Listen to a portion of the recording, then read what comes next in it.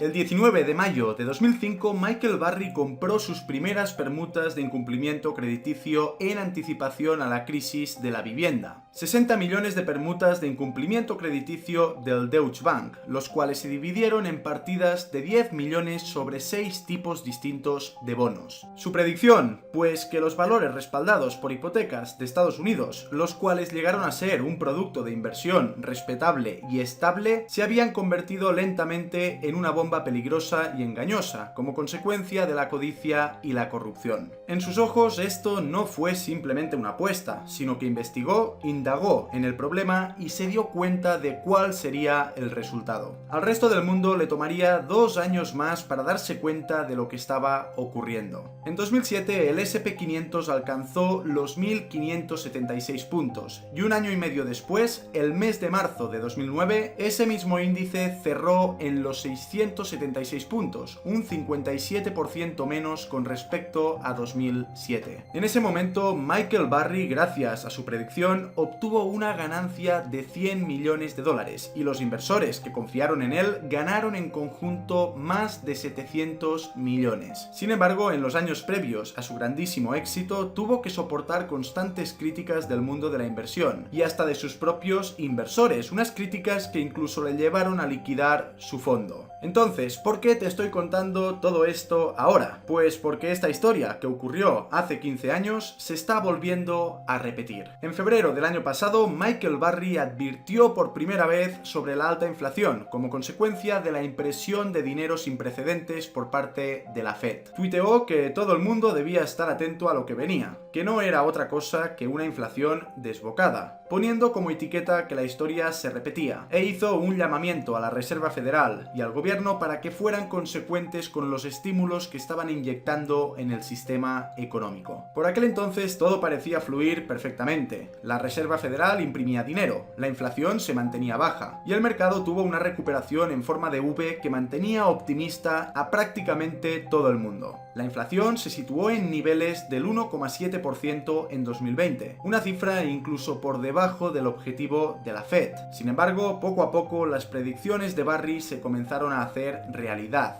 Y tan solo un año y medio después, el IPC en Estados Unidos se encuentra ya por encima del 8,5%. Hace tan solo un mes tuiteó que habitualmente suele predecir de forma correcta lo que va a suceder en 1 o 2 años vista. Sin embargo, últimamente no se ha dedicado a vanagloriarse de sus predicciones, sino que más bien ha estado explicando por qué cree que esta crisis económica y la consecuente recesión son inevitables. No te tomes este vídeo como algo literal. Al final nadie sabe con exactitud lo que va a suceder en el futuro, pero sí que es muy interesante que podamos llegar a entender cuál es la forma de pensar de este señor y el por qué está mandando todos estos mensajes al mundo. El resumen de lo que nos dice Burry es que él cree que lo peor en términos de mercado y de economía todavía está por venir. Tanto es así que piensa que el Standard & Poor's 500 podría perder otro 50% desde los niveles actuales. El día 3 de mayo, Burry tuiteó en relación a los cambios de paradigma y los picos especulativos que en 2009 el S&P 500 cayó un 13% por debajo del mínimo de la crisis de 2002. También dijo que en 2002 este mismo índice se situó un 17% por debajo de los niveles de la crisis de 1998. Y finalmente comentó que en 1975 la caída fue un 10% mayor que la de 1970. Después nos comenta que un nivel del 15% por debajo del mínimo de la pandemia serían los 1.862 puntos. Y recuerda que ahora mismo el S&P 500 está en los 3.600 puntos. Lo que está viendo Michael Burry es que la tendencia de los últimos 25 años muestra que el fondo de una caída de mercado suele ser mayor que la que se produjo en la anterior caída. Y más concretamente, los datos nos dicen que dicha caída tiende a ser de entre un 10 y un 15% mayor. Esto que afirma este señor es una auténtica barbaridad, porque lo que está haciendo es anticipar una caída superior al 50% teniendo en cuenta los niveles de cotización en el momento de grabación de este vídeo. Y evidentemente, como ya le ocurrió en 2005 cuando anticipó la crisis financiera, ahora de nuevo miles de personas se le han tirado al cuello y lo han criticado por sus comentarios y predicciones alarmistas. Aún así, de momento el tiempo parece que le sigue dando la razón, porque los últimos días y semanas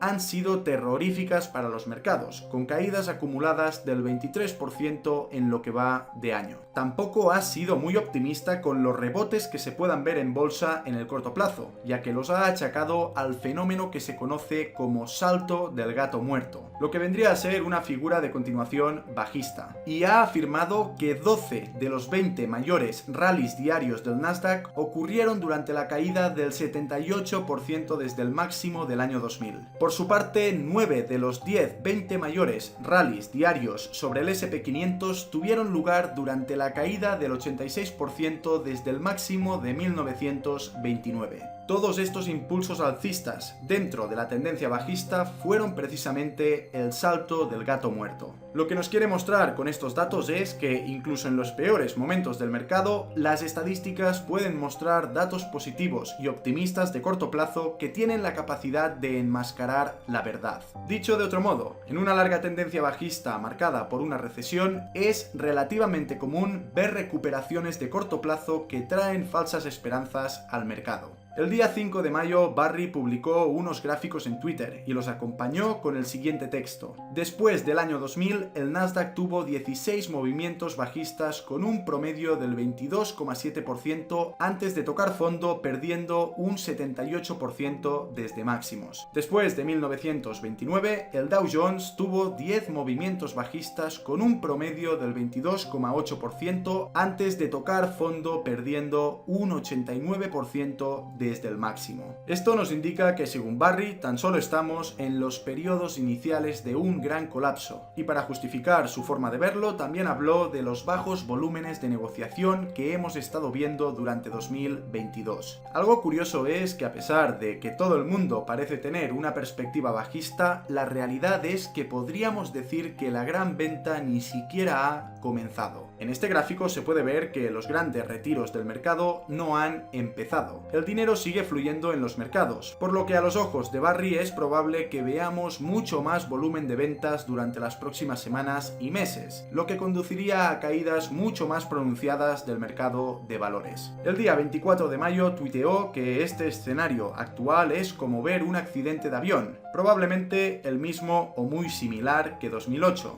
Dice que duele, que no es gracioso y que no está sonriendo. El motivo por el cual estamos hablando de este señor en el vídeo de hoy es porque ha predicho de forma correcta las dos últimas crisis y recesiones por las que ha pasado el mundo, sin tener en cuenta la de 2020 causada por una pandemia. Vio los mismos patrones repetidos una y otra vez, y ahora, según su experiencia, la historia se repite. La codicia y los excesos de los anteriores auges y caídas están relacionados de alguna manera con la situación económica y de mercado actual. Recientemente publicó este gráfico en su Twitter, en el que se ve en color blanco el periodo de acumulación de los últimos 10 años en el S&P 500. En amarillo, el periodo de acumulación comprendido entre 1990 y el 2000, justo antes del estallido de la crisis de las .com. Y en verde, la acumulación justo antes de la Gran Depresión.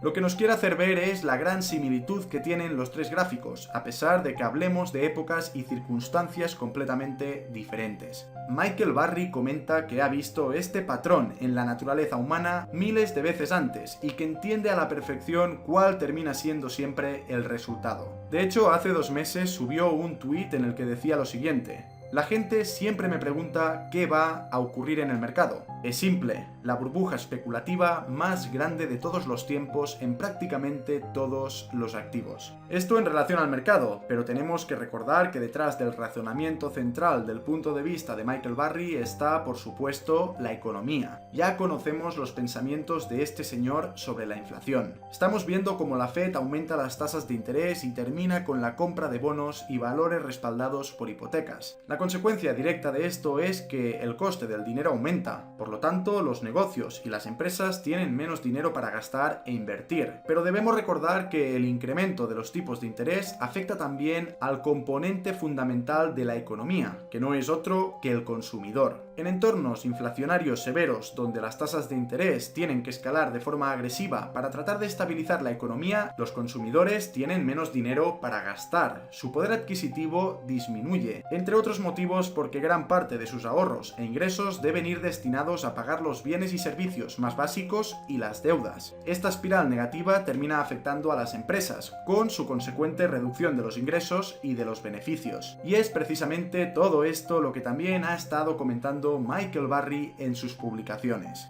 Dice que los ahorros de las personas cayeron hasta niveles de 2013, la tasa de ahorro a niveles de 2008, mientras que las deudas de las tarjetas de crédito crecieron a un ritmo récord alcanzando cifras pre-COVID, a pesar de todos esos trillones de dólares inyectados en la economía, cosa que amenaza con una recesión del consumidor y más problemas de ganancias para las empresas. Estamos hablando de un problema muy serio, no solamente porque todas estas personas que tienen deudas acumuladas van a tener que pagar mucho más en concepto de intereses, sino que además se están viendo niveles muy preocupantes de ahorro en una gran parte de la población. Esto ya se comienza a notar en algunas empresas. Por ejemplo, los ingresos de Amazon aumentaron un 7% durante el primer trimestre de este año, en comparación con el 44% durante el mismo periodo del año anterior. Es la tasa más lenta de crecimiento desde la burbuja de las .com en el año 2001. Finalmente, Burry comparó la tasa de ahorros de las personas con el PIB, y como se puede ver, los ahorros cubren cada vez menos el PIB de Estados Unidos. En resumen, estamos en una situación fundamental marcada por la alta inflación, los aumentos de tasas de interés, reducción de los ahorros del consumidor, desaceleración del gasto y en última instancia menores rentabilidades para los negocios y empresas. Y todo esto partiendo de la base de que, según Michael Burry, todavía no hemos visto nada.